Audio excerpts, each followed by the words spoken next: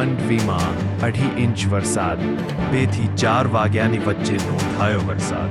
નખત્રાણામાં પણ વધુ 1 ઇંચ વરસાદ નોંધાયો. ભુજ, અબડાસા, માંડવી, નખત્રાણા તાલુકામાં નોંધાયો વરસાદ. ગ્રામ્ય વિસ્તારોમાં અમુક જગ્યા ભારે વરસાદ નોંધાયો. વરસાદના પગલે નદી નાળા વહી નીકળ્યા. અત્યારે 9 વાગે પશ્ચિમ કચ્છના અનેક વિસ્તારોમાં વરસી રહ્યો છે વરસાદ.